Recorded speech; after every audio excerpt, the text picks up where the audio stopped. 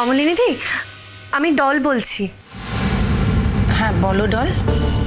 বলছিলাম কি, তোমার সঙ্গে আমার একটু কথা আছে।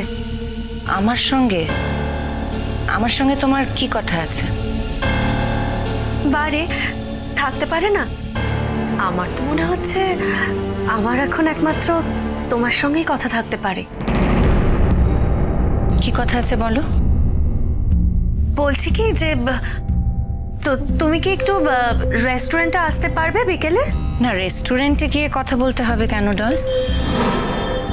তোমার যদি সেরকম কিছু বলারই থাকে তুমি আমার বাড়িতে এসে কথা বলতে পারো। কি এমন কথা বলার আছে যে তার জন্য আমাদেরকে রেস্টুরেন্টে দেখা করতে হবে?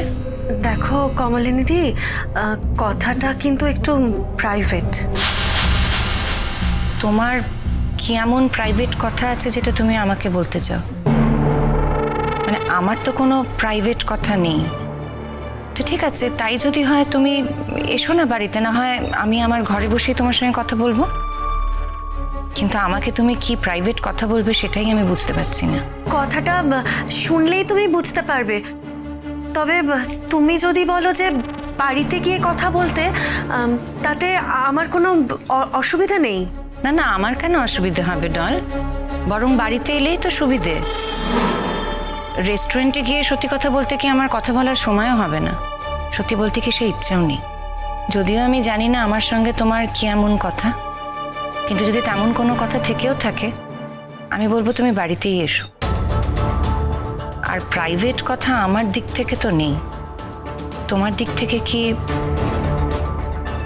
কি বলতে চায়? প্রাইভেট কথা? কোনো প্রাইভেট কথা তুমি শুনবে না। আর শোনো, তোমার কোনো প্রাইভেট কথা শুনে আমি কি করব বলো তো?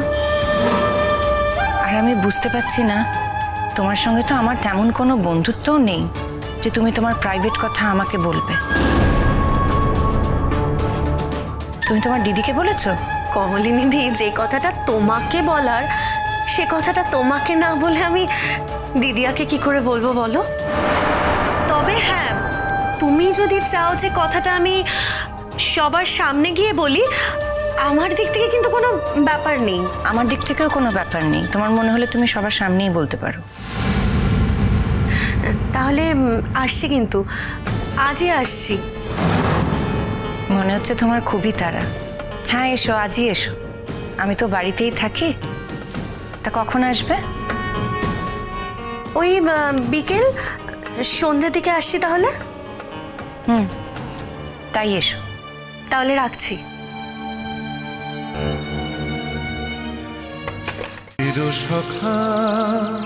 চিরসখা সোম থেকে রবি প্রতিদিন রাত ৯টায় স্টার জলসায় ও জিও হটস্টারে।